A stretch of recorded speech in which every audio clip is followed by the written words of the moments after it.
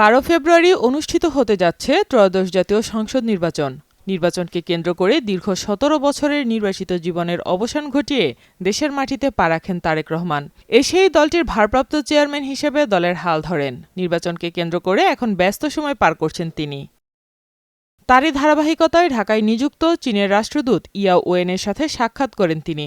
সেখানে ওয়েন বলেছেন, বাংলাদেশের আসন্ন সাধারণ নির্বাচন সম্পূর্ণভাবে দেশটির অভ্যন্তরীণ বিষয়। চীন সবসময় অন্য দেশের অভ্যন্তরীণ বিষয়ে হস্তক্ষেপ না করার নীতি অনুসরণ করে। এছাড়া বাংলাদেশ শান্তিপূর্ণ ও সুষ্ঠুভাবে নির্বাচন সম্পন্ন করতে পারবে বলেও আশাবাদ ব্যক্ত করেন তিনি।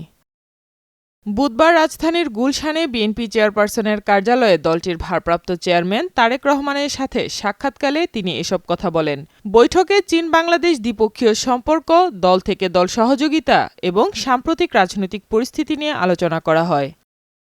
রাষ্ট্রদূত বিএনপি চেয়ারপারসন ও সাবেক প্রধানমন্ত্রী খালেদা জিয়ার মৃত্যুতে গভীর শোক প্রকাশ করেন। তারেক রহমান এক চীন নীতির প্রতি বিএনপির অঙ্গীকার পুনর্ব্যক্ত করেন এবং বাংলাদেশের উন্নয়নে চীনের সহযোগিতার জন্য কৃতজ্ঞতা জানান।